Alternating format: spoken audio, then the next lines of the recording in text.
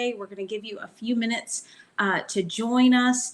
I hope that your last few weeks of e-learning is winding down nicely, that everyone is able to help their kids get their assignments in and get through this process. You've almost made it. So great job, parents. Great job, teachers. I know this is nothing that we have ever expected to do, but you guys have done an amazing job adapting to all of the challenges that are before us, and an incredible job supporting each other. So well done. We are almost there. We are so close. The finish line is so close. So we are so excited. We have some exciting things planned for the next few weeks. First, we want to go over a few just announcements and reminders. Don't forget that meal pickups are Wednesdays again this week. So have your student numbers and your everything ready in your window so you can go through. I guess snack pickup was down a little bit this week, probably because our weather was a little crazy on Monday, but it was much needed rain.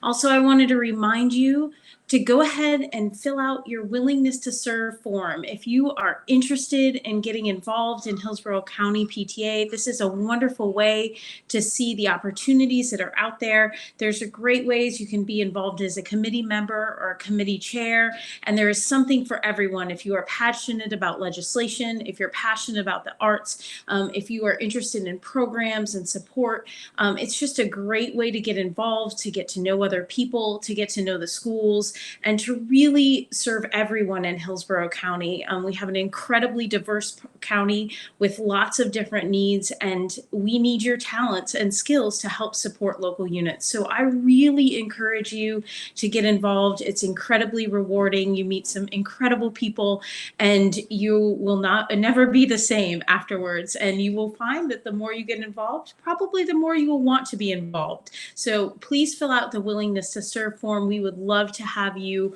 join us, Frank would love to have you join him. I'm just along for the ride next year. So please fill it out and turn it in as soon as possible. It would be great. Also, I wanted to call your attention to National PTA has some grants that are going to be coming available.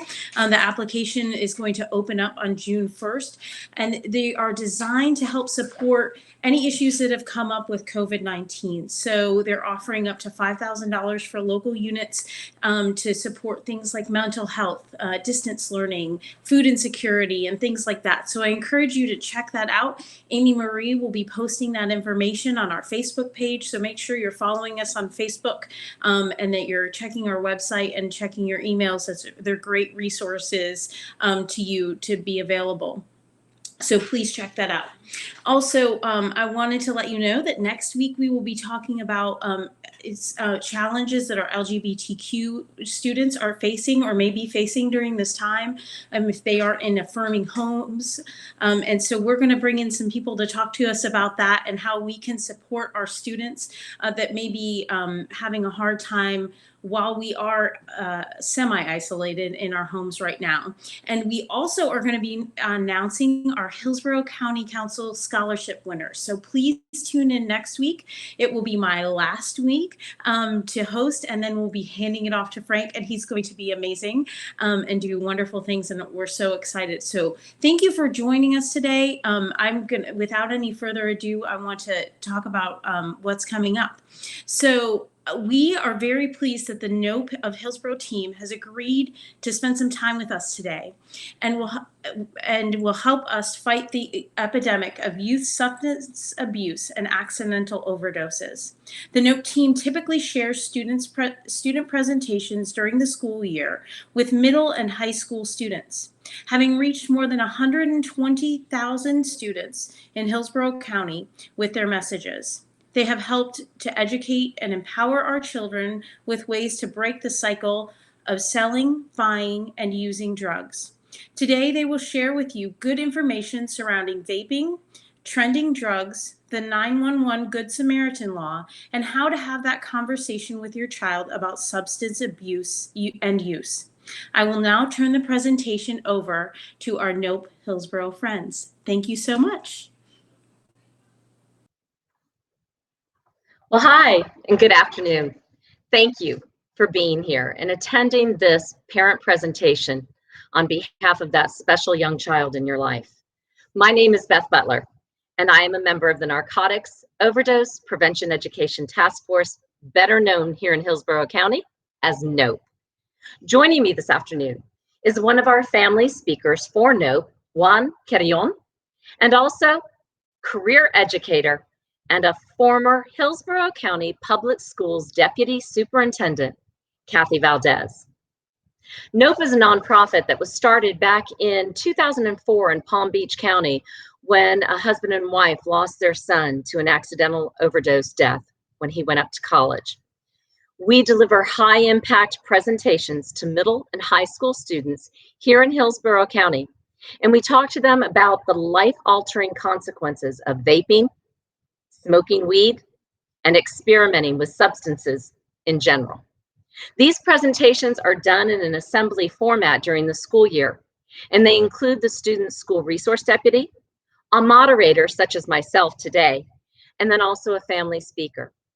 Unfortunately, our presentations came to a halt when COVID-19 and the health crisis surrounding it stopped all assemblies and all campuses being together. But when we do start back up in the fall, hopefully, or at some point in the near future, we invite you to attend one. All you have to do is show up at the front office and sign in with your driver's license and experience for 50 minutes what is helping to empower and educate kids across this county on ways to stop this epidemic. When we're sharing the NOPE presentations, we focus on 3 points. We talk to the students about how we want them to break their code of silence. We want them to be that hero and step up and get some help for someone who might be struggling in their life with substance abuse. We also talk to the teens about just one time can kill. We tell them that whether it's vaping with a device that is laced with something they have no idea what the drug dealer put inside of it, or whether they pick up a joint and start smoking it, and it unfortunately was laced with fentanyl, that one time can kill you.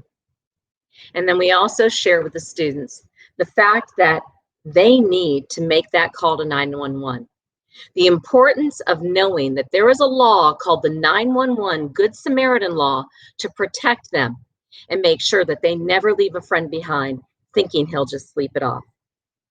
Today, as we speak to you about several important issues concerning your children, we want to again thank you for being here to support not only their academic future, but their life decision-making future.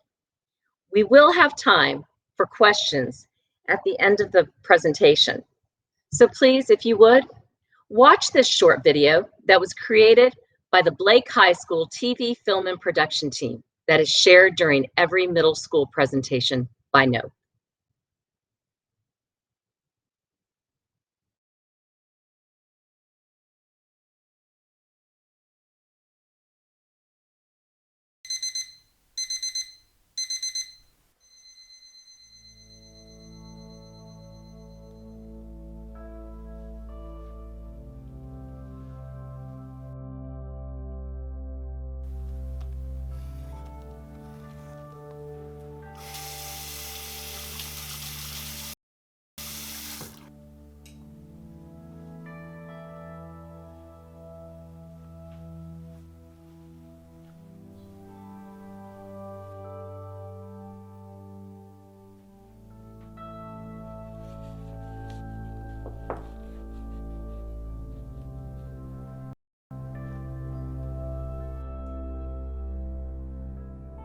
Mom, his brother's 19 and he's really responsible, okay? I don't know, Brett. It doesn't sound safe. Logan's a really good kid and I can come back first thing tomorrow. Okay, fine. But you've got to check in with me before you go to bed. Thank you, Mom. Love you! I love you too. Text me.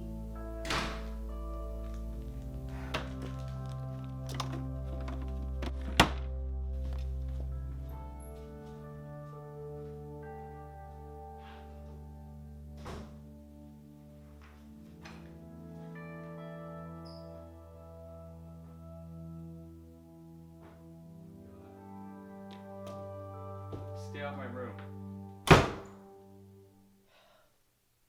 Left, go left. Bro, I'm trying. These controllers suck. Bro, come on. Clearly it's not the control. Oh, that's probably Brett. Dude, you invited Brett? Yeah, why? He's a baby. He's not gonna want to do anything fun. Dude, come on. Brett's cool now. I promise. Fine. Hey guys. So, how you doing, Brett? Good. How about you, Isaiah? Isaiah. Oh, hey, Brett.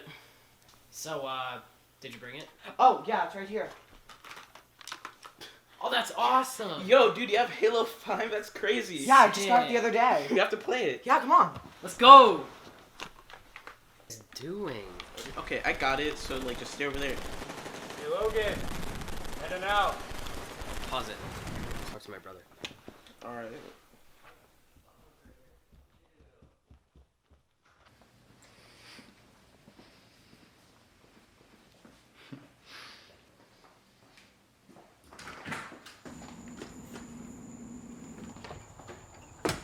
Hey.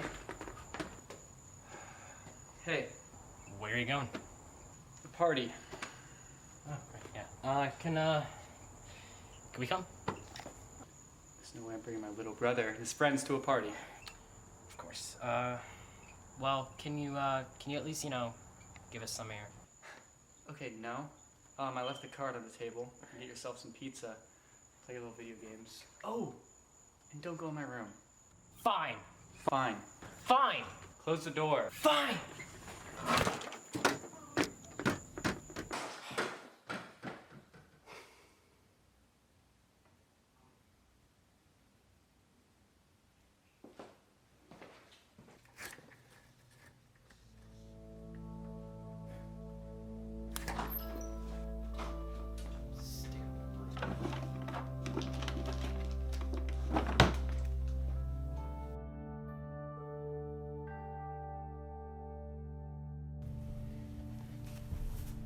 All right, I got him. What are those? I don't know, but my brother says they get you like super high. Really? Yeah, and they only take like 10 seconds to kick in. Can't people die from that or get addicted? I told you he'd chicken out. Be cool, man. People take things like this all the time. Plus, if you don't like him, you don't ever have to try him again, okay? I think I'll pass. Okay, fine. Why don't you go be a buzzkill somewhere else? Isaiah. Fine.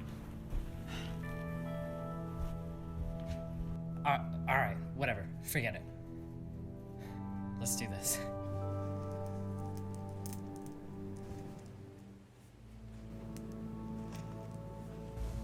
You sure these are alright? You too, man. Come on. On three. On three. One, two, three.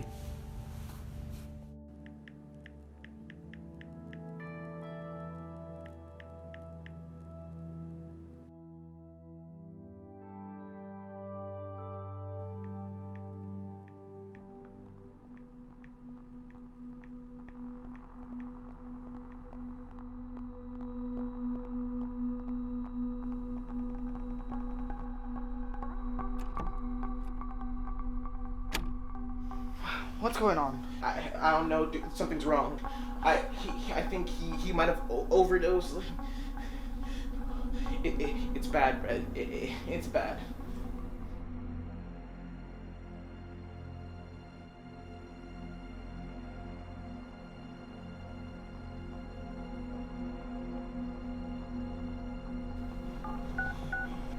What are you doing? You could get us all in trouble. Isaiah, he could die. You can't tell anyone. Do you understand? I have to. I'm sorry.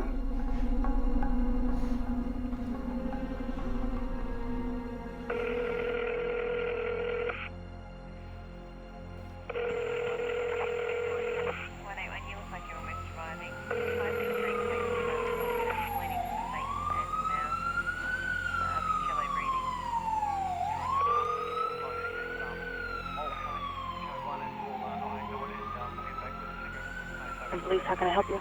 I think my friend might have overdosed. Can you please send someone over right away? He's He's not breathing. Please come quickly.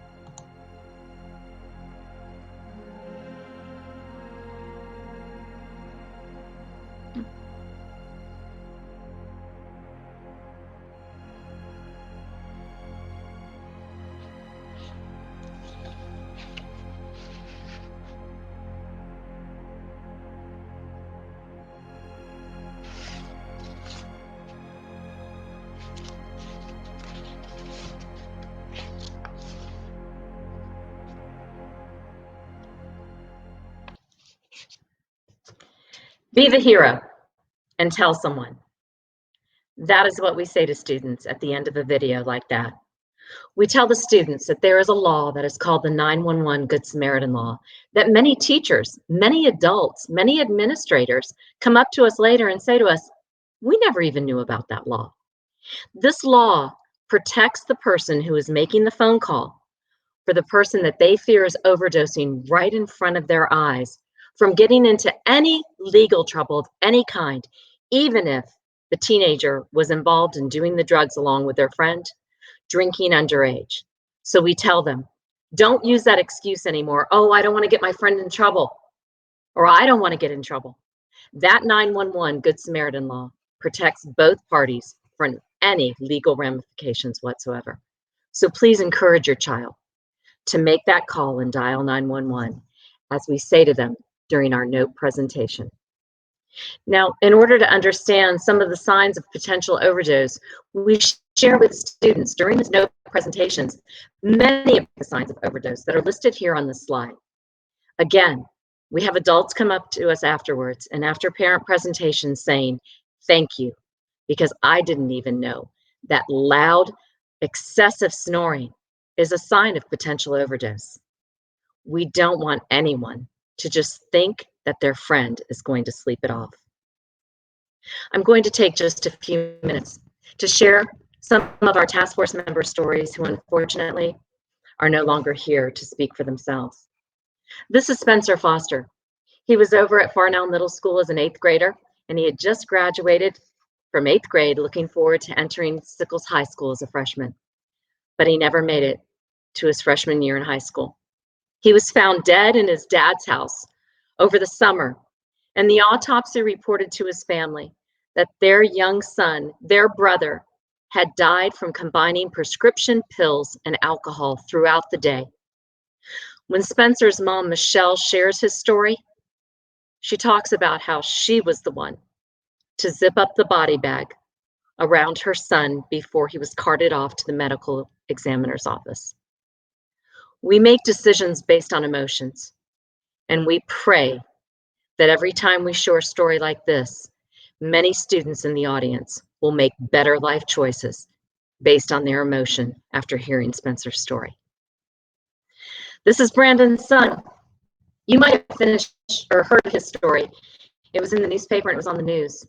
He had been over at Freedom High School and finished his sophomore year, and he and some of his friends, one June afternoon, went over to the Sunshine Skyway rest area. And according to the friends' reports, they began experimenting with LSD. The friends got separated. Brandon went off. He was on his own. His other friends couldn't find him at all. So they did nothing except get in their cars and drive back to their houses in New Tampa without their best friend. They didn't text Brandon's brother or stop by his mom's house. They didn't tell a person in uniform. They did absolutely nothing. And 33 hours later, that young boy's body was found floating in the waters by the Sunshine Skyway Bridge. And the autopsy reported that Brandon died from an accidental drowning as a result of using drugs. We wonder, didn't his best friends sit and listen to a note presentation and understand that that 911 Good Samaritan law could have protected any of them if they had just made the phone call to 911 and gotten help for Brandon. It was a missed opportunity to possibly let him go on to graduate from Freedom High School. I want to share some information, if I could, please, surrounding vaping, underage drinking, and some other things that our teenagers are facing these days. In the video that you saw, it stated every day 2,500 teenagers plus try prescription pills for the first time simply for the sake of getting high. And unfortunately, at least 200 people die every single day in our country from a substance-related death. This COVID-19 crisis has definitely hit the headlines. However, there are still people dying daily from substance-related deaths, and we cannot lose sight of this. Now, vaping is a huge deal that has reached a crisis level in our country, our state, and our community. And as parents, you need to understand, if you could, that when you see a vape device or an e-cigarette or a Juul, any type of vaping device in your home, in your car, in your child's room, you need to consider this an emergency in your family. You have a right to know what your child is up to, who they are hanging out with, and they need to have limits set. And sure, they might roll their eyes or make a snide comment about watching what's coming into their room or watching their email or their phone communications. But it's our responsibility as their parents to help guide them on the right path. Vaping has been linked to several deaths around our country. In fact, this young boy is in a coma in Chicago, Illinois, and his parents actually allowed him to vape. They thought it was better than smoking weed.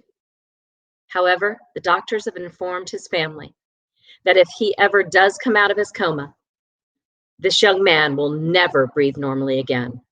Because unfortunately, now that the research is out, not only have scientists found out that vaping is addictive, whether it's nicotine, CBD oil, or THC that they put in their vaping device, it's also creating permanent long-term lung damage, also called popcorn lung. And it's one of the horrible consequences of vaping, whether you're a teenager, a young adult, or even an older person. Please turn your attention, if you could please, to the screen for a short public service announcement by Jeff Akins, our former superintendent of Hillsborough County Schools, and Sheriff Chad Cronister. This little device is a growing problem among students in Hillsborough schools and across our community. Using a vape pen might seem like it's not a big deal. But I'm here to tell you it can change your entire future. I'm Hillsborough County Sheriff Chad Cronister. And I'm Hillsborough School Superintendent Jeff Akins. If you're caught with a vape pen at school, you could face discipline or suspension. And if that vape pen has anything else in it, like THC oil or wax, it's not only illegal, it's a felony, and you will be arrested. Having a felony on your record can be life-altering. Your acceptance to college, getting financial aid or scholarships could be at risk. How will you go to school? On every job application, you have to tell them that you're a felon. How would you get hired? Some apartments won't even rent to felons. Do you want to live with your parents forever? A felony is pretty severe. It's not something you're just going to deal with as a juvenile. So please, be smart. Don't ruin your future over vaping. It's just not worth it. Put down the pen. Put down the pen. Put down the pen.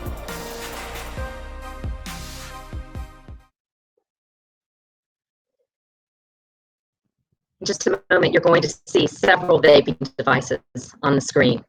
Your child could have been getting these locally at vape stores, but now with COVID-19, perhaps they're ordering online.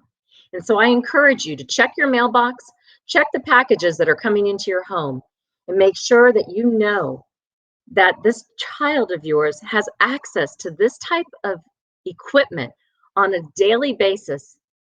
And these are the things that are creating permanent lung damage and also killing people around our country. Now let's take just a few moments to talk about marijuana if we could. and the messages that our teenagers are receiving about this substance.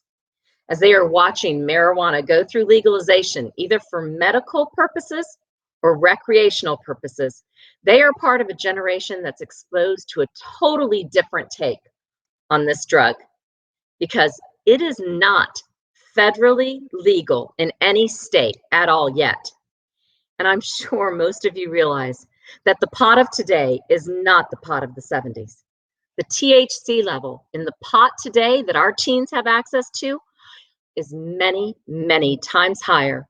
And drug dealers, unfortunately, are oftentimes lacing the marijuana on our streets with fentanyl, which I mentioned before, can instantly kill a human being upon touching a single grain of it or inhaling a small amount of it. Well, you might think, he's just smoking a little weed. It's not that big of a deal. However, this is a serious time in your child's life. And it's dangerous times for your children who are buying, using, and selling drugs. So make sure you take a look at these 4 throwbacks that are on the screen in front of you and know what you're going to say to your child when they come at you and say, but it's just a plant, it's organic. You might want to be able to reply to them, well, so is the poppy plant from which heroin comes. Or they might say it's no worse than alcohol. First of all, it is federally illegal to use marijuana, particularly at a teenage year.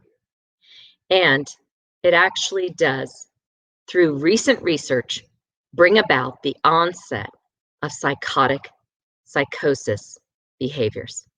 So please know what you're going to say when they also say, no one's ever overdosed from marijuana, Mom. You know what? They are accurate in that statement. However, there have been so many DUI deaths that are associated with marijuana in the person's system. There are people that have committed suicide and jumped off of balconies under the influence of marijuana.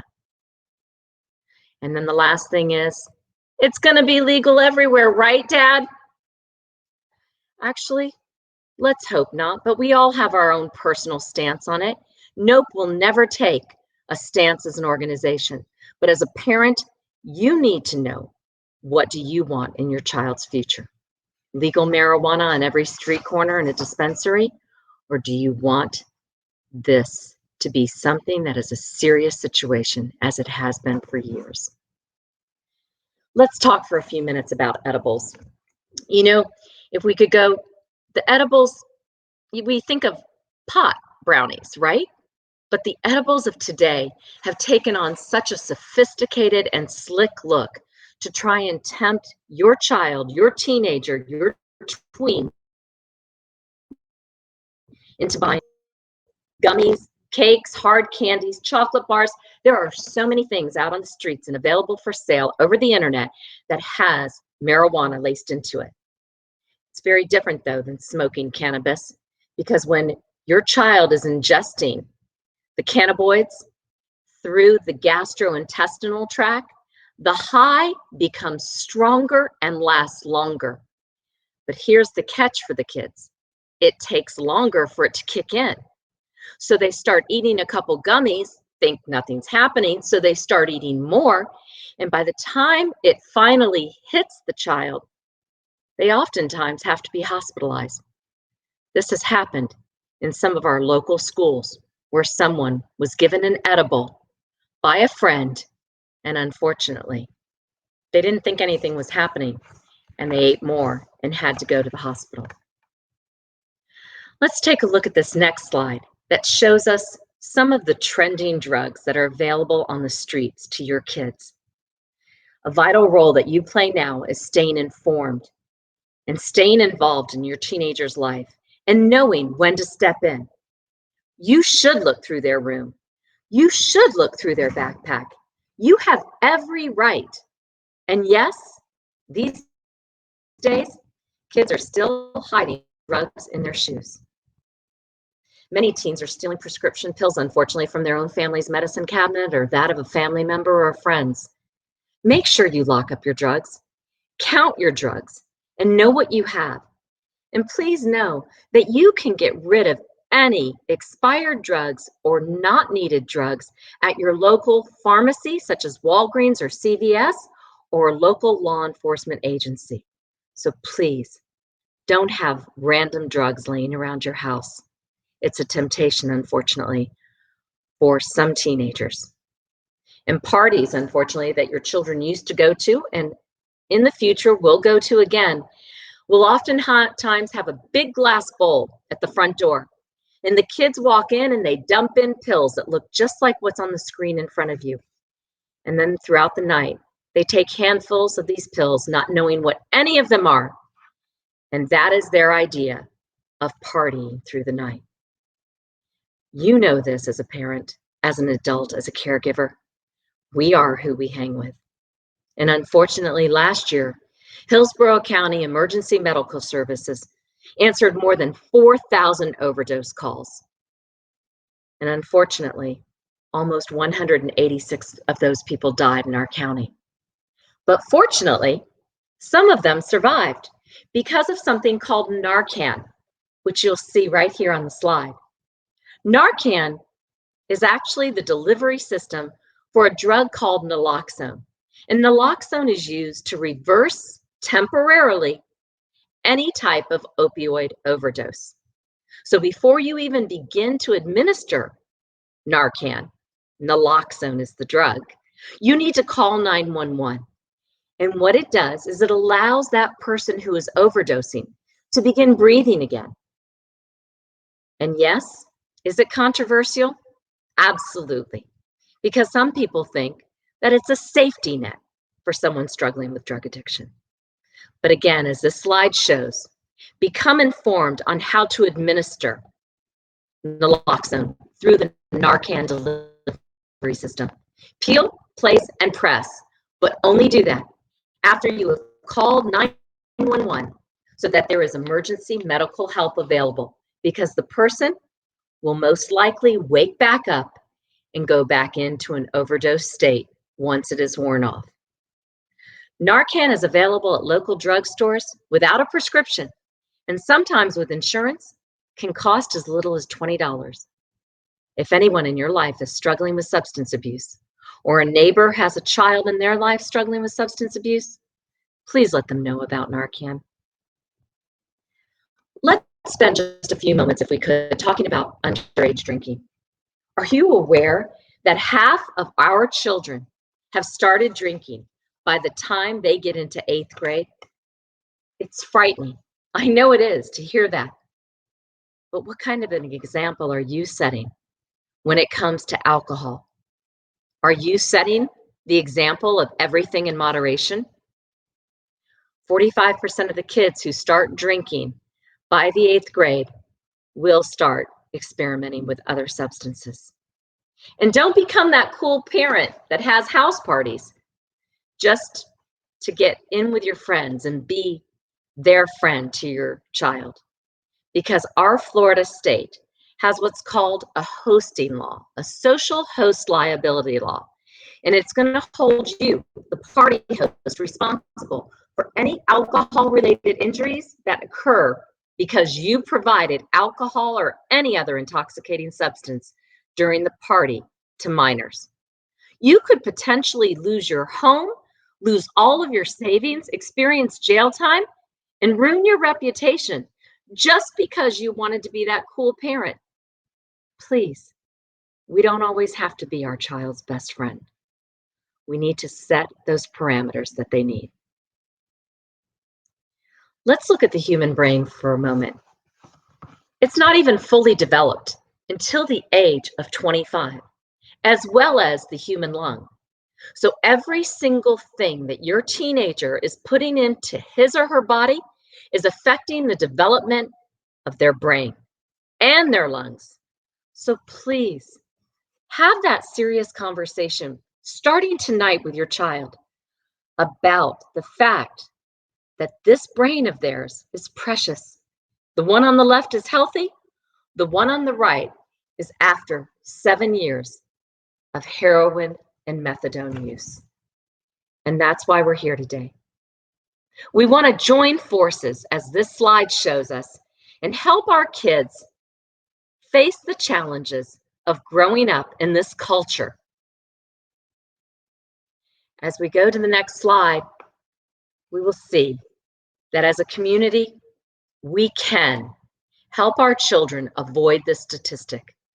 That if your child uses alcohol or any other type of drug before the age of 15, they have a 45% chance of struggling with the disease of addiction sometime later in life. So let's do what this next slide says. Let's join our forces together. Let's be that community that speaks up and raises the awareness of substance abuse and use.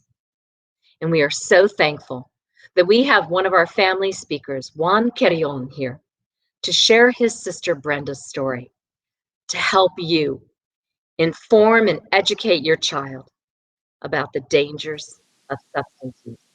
Juan, thank you so much for being here.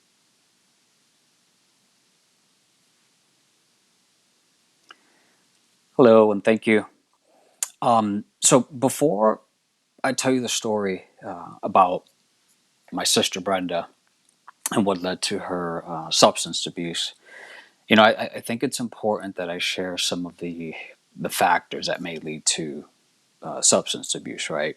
Because you just don't wake up one day and decide that you're going to start drinking and doing drugs, right? Something has to trigger this behavior. So there's about 3 factors out of many, but there's 3 factors that are very near and dear that I want to share with you just to get a better understanding where some of this behavior might come from. So for example, your environment, right? So depending on where you grow up, you could be exposed to some of these behaviors, right? The drinking and the drug abuse. And oftentimes, if you stay in this environment long enough, you could become part of it.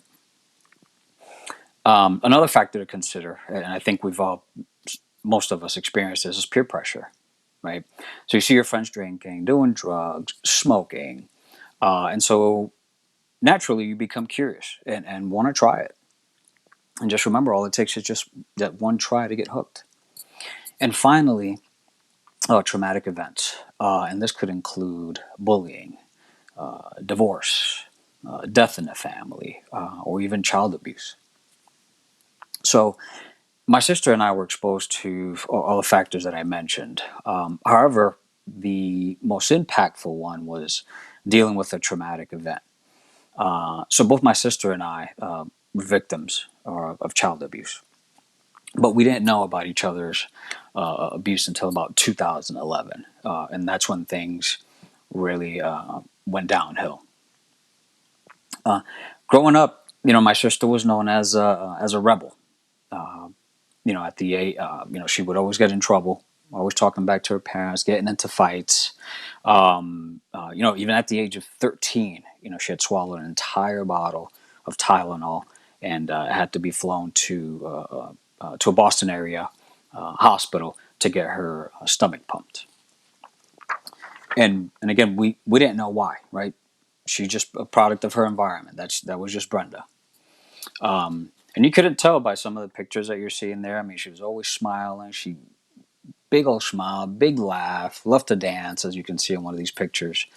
But we didn't know why she was acting the way she was. I graduated high school, 95.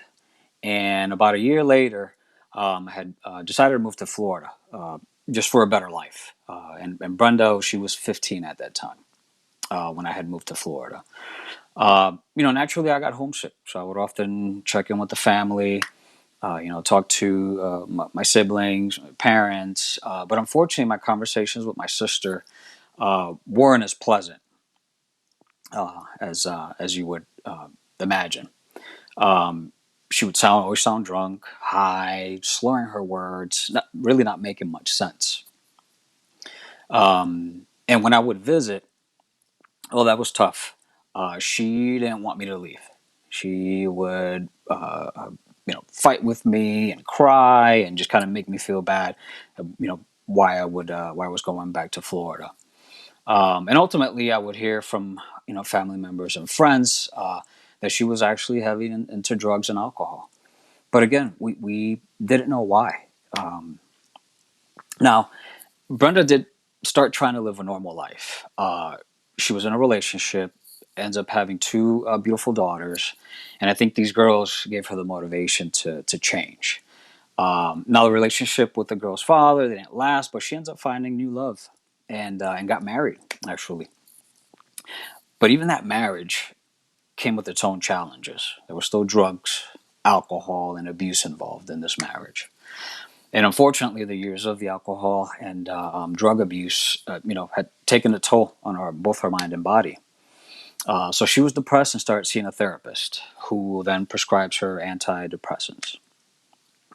Now, it seemed like these sessions were working, and the medication. I remember even speaking with her one day, and for the first time, in God knows how long, she sounded normal. She didn't sound drunk or high. So fast forward, it was the summer of 2011. My sister breaks her silence, and let me tell you, this was one of the worst calls that I've ever received. Brenda tells my mom and her siblings that she had been sexually abused by a close family member. And as you can imagine, the family was just torn apart by this news. And as the older brother, in support of my sister, I too decided to break my silence to the family. And now I had already shared my experience, about my abuse with my wife many years before. And if you can imagine, right, during this time, I was trying to juggle my career, parenthood, and even college. And, ironically, I'm a firm believer that things happen for a reason. So when I was in college, I was taking a human development course at Eckerd College, and I needed a subject to do my research paper on. So again, all of this is going on. And so I decided to do my research paper on child abuse because I wanted to learn more about it. The research paper, let me tell you, provided just valuable information that helped me finally help understand Brenda's behavior. She had been masking her pain with drugs and alcohol, all these years. So almost a year went by, and on November 20th, 2012, I get a call from my mother telling me that my sister had been hospitalized. At this time, we didn't have much information. We thought that she was just sick. However, the next call I received was just it was very disheartening. My sister had suffered a cardiac arrest and was not showing any signs, of any brain activity. Ultimately, Brenda had overdosed on her antidepressant medication. So I flew out to Springfield, Massachusetts, where we grew up, on Thanksgiving Day to visit my sister at the hospital. And when I arrived, the doctors had already pronounced her brain dead and just being kept alive by machines. So if you can just picture that, a close one, a loved one, just with tubes down their throats and then just laying there lifeless. I mean, it's just that scene will forever be, etched in my mind. So every day we visited her room in the hospital, hoping that the doctors would share some good news. But ultimately that never happened.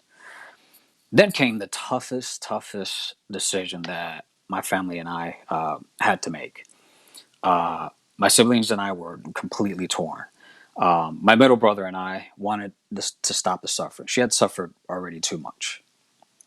So we wanted the doctors to just go ahead and pull the plug and just, and let her go in peace. My younger siblings wanted to keep waiting, that they were holding on to every last hope that they could, and just to see if Brenda would start showing just any signs of brain activity. Ultimately, decision was made. The majority of the family, including Brenda's husband at the time, had agreed to pull the plug. And 3 short breaths, she was gone. at the age of 32. Folks, the reason why I share this story with you is because I think if we knew then what we know now, maybe Brenda would still be here, laughing and dancing, and making other people laugh around her. Who knows? But I truly believe that the more you know, the greater the impact you could have in someone's life. So in closing, please educate yourselves, educate your children, and teach them to speak up, because it could be life-changing. Thank you. Thank you so much, Juan. Every time I hear you share your story, it just brings tears to our eyes. It's just, you're so strong for being here and just sharing Brenda's story in hopes of helping to save other families from the heartache and the drama that is associated with this disease called addiction. We tell the students during our presentations, this is a disease, and it's a disease that can be treated, but the person who has it needs to want that help. And we also tell the students that the disease of addiction, it holds no prejudice. It does not care about your socioeconomic level. It doesn't care about your ethnicity. We tell them that addiction does not care if you speak English, Spanish, or Arabic. It doesn't care if you live on a park bench as a homeless person or on a high-rise condominium in New York City on Park Avenue. It is reaching every single corner of our country, our state, and our community. And that's why we commend you. Being here as the caregivers of tweens and teens and young adults to learn some more things about what you can do to make a difference in your child's life when it comes to these decisions of substance use. Now, as we get ready to segue over, I'm sure that some of you are thinking, like this next slide shows, oh my gosh, I already found some pills in my child's backpack, or I found some pills in my child's bathroom. What should I do? And I am so pleased to say that today we have career educator and a former Hillsborough County Public Schools former deputy superintendent, Kathy Valdez, with us. And Kathy is going to be able to share with us some insight on how to detect if your child might be possibly using substances and how to address this challenge head on in your home. Kathy, thank you so much for spending some time with us this afternoon.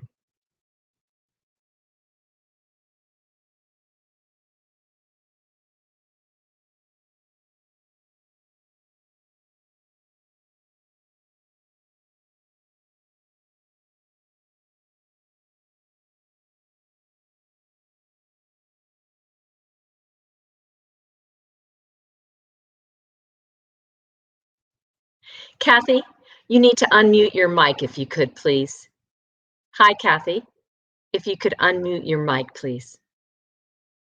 And we'll just circle back to that first intro from you and give us a little background. Thank you. And turn up the mic.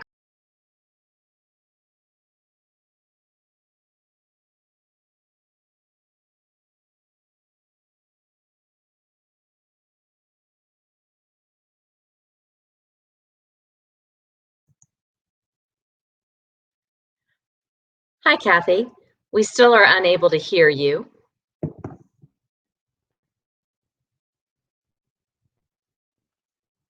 Give us just a moment, folks, with this technical difficulty. And Kathy, if you could try unmuting the left corner of your screen and then turn up the volume on your actual computer to its fullest. And let's see if that works.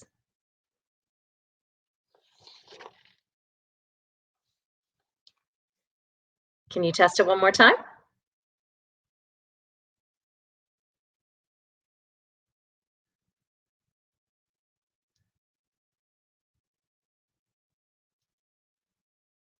Everything worked perfectly before, folks, so thank you so much for staying tuned. We're going to get this fixed.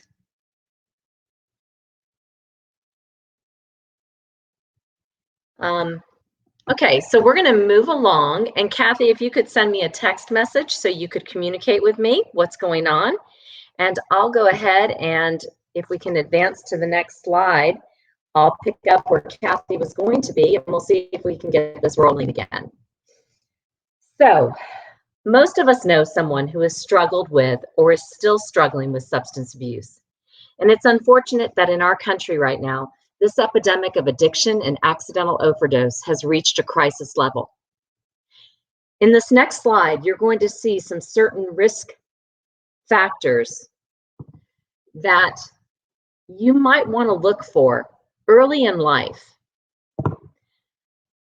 Early age of first use is one of the first things that will walk your child down the path of addiction. The average age of first-time use for someone who suffers with addiction is 12 and a half years old. That's 7th grade. Most people don't start using and abusing substances at the age of 28 or 32. It typically happens early in life. Sometimes your family might have a history of substance use. And not that that always means your child is very much going to suffer with addiction if you had a grandfather or a cousin that was an addict. However, it does make them more predisposed to it.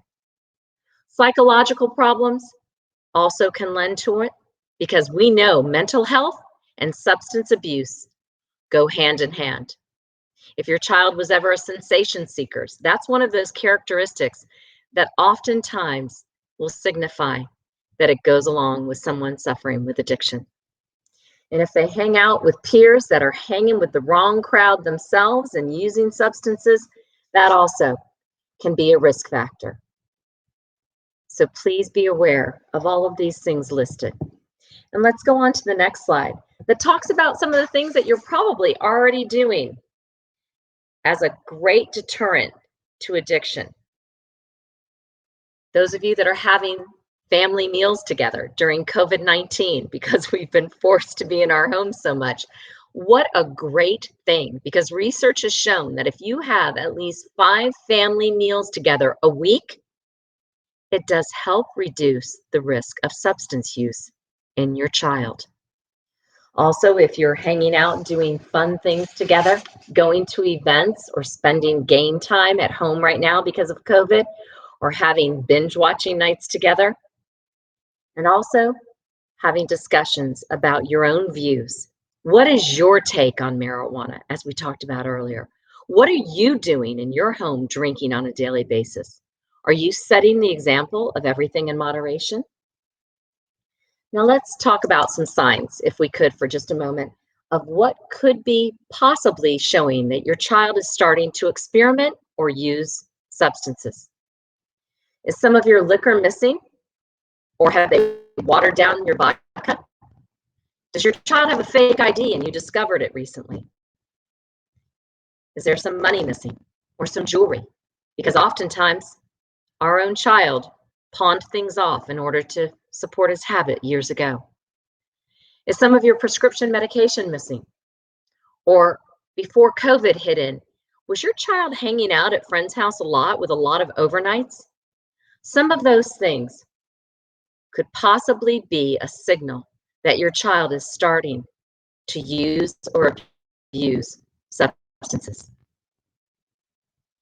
Let's go on to the next thing and talk about, if we could, some physical signs on your child that might signal they could be using. Are they having a hard time falling asleep? Do they have insomnia? Oftentimes that's associated with drug use. Is there unexplainable napping going on?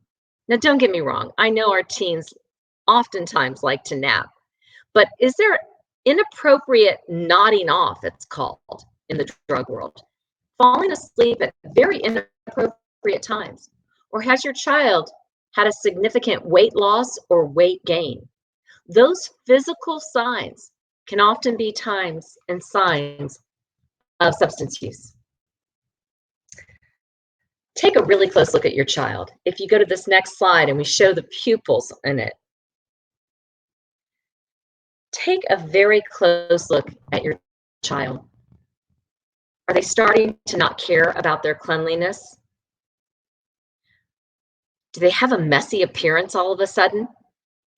Do they have a pale face with circles that are very visible under their eyes that were never there before? And more importantly, look at their pupils. When a child is using opioids, their pupils become as tiny as a pinpoint at the end of a pin. Those can all be signs of possible substance use. Let's go on and look at a few items on this next slide, if we could, please. Clothing. The clothing that is associated with the drug world is very unique. The shirt in the middle, 420. I didn't even know what 420 meant as a mother of teens until I was associated with Nope. It is a terminology used for smoking weed. And on April 20th every year, it is an international event of smoking weed. Please Google it, look it up. The sneakers on the left are meant to hide weed inside of the tongue of the shoe. Now let's talk about changes in behavior and personality that your child might be exhibiting. Sometimes your child might have really huge mood swings. And again, we know teens have them, but we're talking abrupt mood swings associated with substance use. They'll oftentimes begin lying, making excuses, blaming others. Oh, he was that guy. Oh, she did that. And your child will oftentimes begin to withdraw from the family and have a lot of isolated moments and secretiveness. And again, COVID has changed our entire family dynamic. And don't just jump to conclusions if you notice a couple of things on these slides, but put the puzzle pieces together. You know your child very well. See if these changes are signifying substance use or abuse.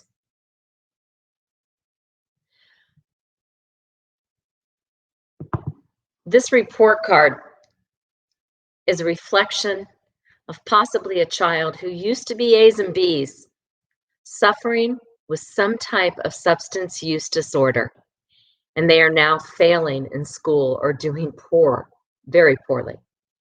Do they also start to have daydreaming going on or falling asleep in class or during their virtual school right now that's going on?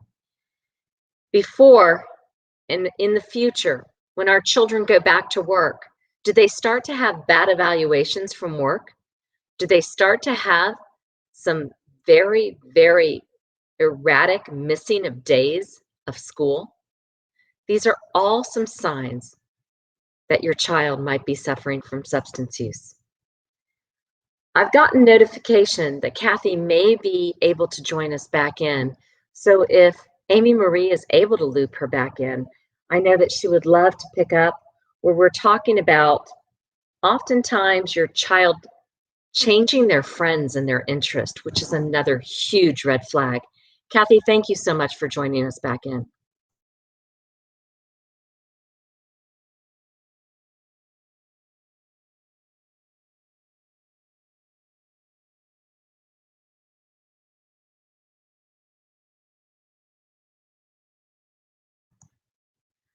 All right, well, we tried. We gave it the college effort. Oftentimes, your children will begin to change their friend group. They're going to start hanging out with different friends, particularly ones that are using drugs, when they begin experimenting and going down that. Become secret about their actions and their possessions. They don't want you to come into their room. But again, I'm going to tell you, you have every right to snoop in your child's room. You own the house. You pay the bills. And yes, you want to give them their space, but you have every right to know what is going on in that room, on that computer that you bought, on that phone that you're paying the phone bill for. So please don't think that you're invading their privacy. They need and they want parameters. Our children thrive on them. Also look at things that your child has decided to give up. If they're giving up soccer, and I'm talking after COVID is gone, if they've changed going to their baseball workouts, their dance classes, These are all red flags. Now, on the screen, you're going to see that there are certain things that come from China that are dangerous to enter your house.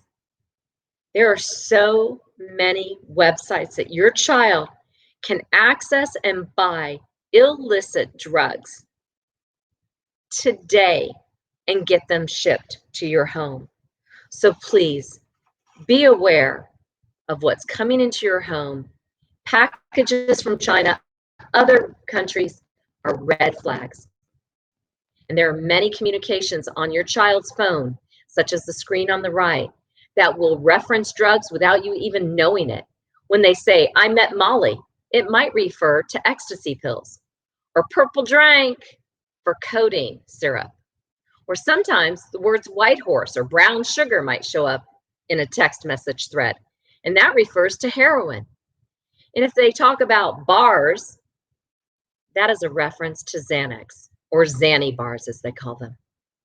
You need to be informed. And on a resource sheet that is on our website is something that will keep you updated, because this changes every single week. The words, the terminology, the drugs. And if you go to our website that is scrolling along the bottom of the screen, and you go to our resources tab and click on the thing that says get help, you'll find a multitude of resources, and one of them is a website that deals with lingo just like this, so you can be the informed parent to help your child make great life choices. Now let's go to the next slide if we could for just a few moments, because possibly a few of these bullet points have hit you in the gut and you feel like you just got punched and your breath has been taken away, because you feel like perhaps this is an issue in your child's life. So many of our friends say, oh, not my kid, straight A's. Not my child, he's on the football team. Not my daughter, she's in music and she's a cheerleader, she's a great kid. So many children can fall prey to this, and we need to be prepared to have that conversation. These great kids need to have you step in and talk to them about what is facing them every day, whether it's at the bus stop, in the cafeteria, in the bathroom, on the street corner, in the mall. When we get back to post-COVID days, they're going to have access again. And these conversations need to be taking place, so it's just not taking them by surprise. So choose a time in your house when the tensions are low. Make sure that you're wanting to talk to your child, your teenager, about this issue when they are not high. If you suspect that they're under the influence of anything, save the conversation for another day and be genuine with them. Please don't use scare tactics, and always try to have that positive, rewarding voice, that voice of reason. And if you find yourself losing your cool, getting upset, be the adult and walk away. Pick the conversation back up hours later or the next day. Listen to your child's point of view. There's a reason that they are using, if they are using. Mental health is a huge issue in our society today, and particularly with our teens. And we need to be open to erasing the stigma attached with mental health, whether your child is suffering with anxiety, depression, PTSD, because perhaps they were abused early in life, like Juan talked about in his and Brenda's story.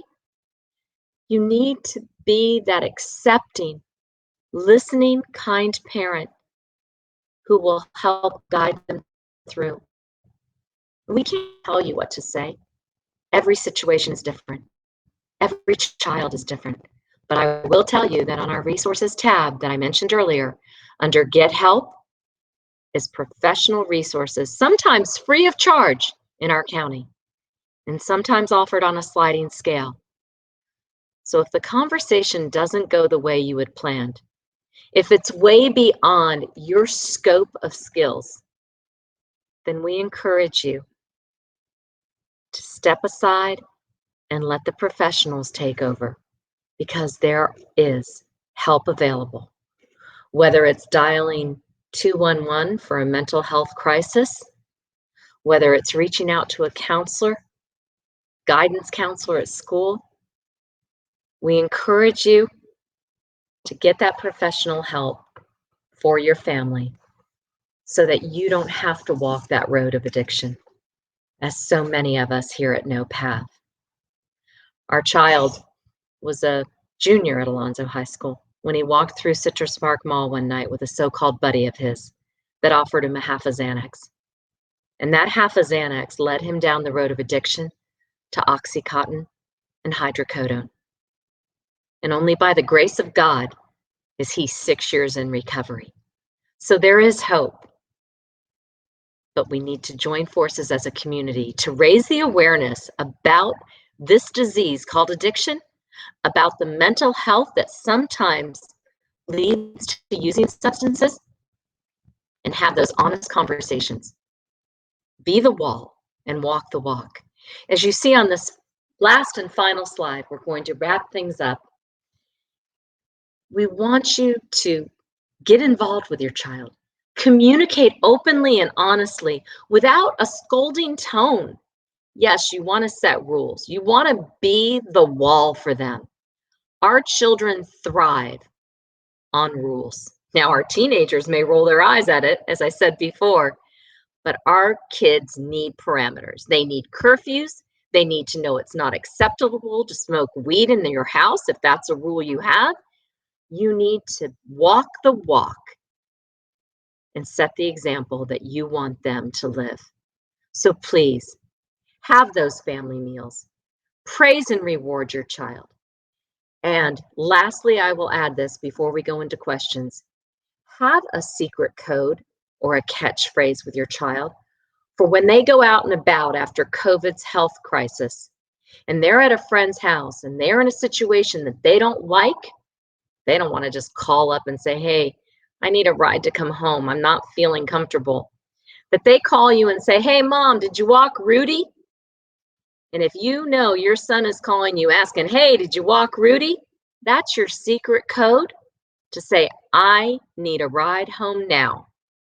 Or, did you pick up the Domino's pizza? Whatever your catchphrase is that your child texts you or calls you with is something you've agreed on to give them that out whenever they're in a situation that they know is not what they want to be in.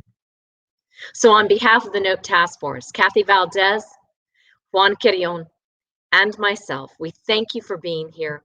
We applaud you for being here, and we welcome any questions that you might have for the three of us, or Amy Marie, or Damaris with the Hillsborough Council of PTA, PTSA.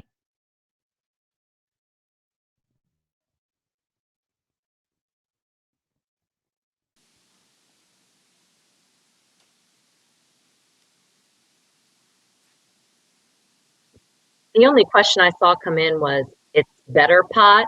And I think that Torres's question about pot was, is it better? I was talking about it being different than the pot of the 70s. The pot of today is dangerous. The THC level is so high that sometimes it's, I forget the statistics, so I'm not going to misspeak, but look it up yourself. It is many, many times higher. So they're smoking a joint is like smoking 10 joints of 1970. That's what I meant. It's not better pot.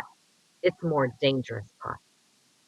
I would say that if we could advance the slide to the very last slide, our contact information is available on this last slide. We're on Facebook, we're on Twitter, we're on Instagram, trying to reach the teenagers with Instagram because we want them to know we're here for them, not against them. So if you have a question for Juan or Kathy or myself, we welcome you to put it into the public chat. And otherwise, our information is there on the screen as you see it, email and website both.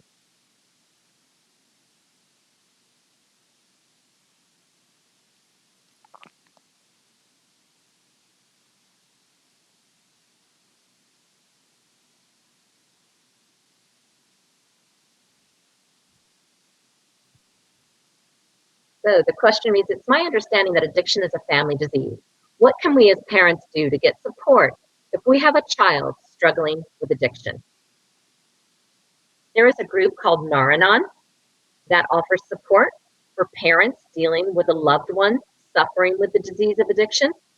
There's also on that resources tab that I talked about where it says get help on our website, there are some other organizations throughout Hillsborough County that can help you deal with a young one who might be just experimenting a little on the weekends or who is really in the throes of addiction. And there's also a partnership helpline where you can get one-on-one coaching over a hotline that is associated with drugfreekids.org. But again, all of that information is on the resources tab on our nopehillsborough.org website, and you can get parent coaching one-on-one, go to Naranon meetings, or you can look on the resources tab and even find other resources in Hillsborough County. Great question. Anything else?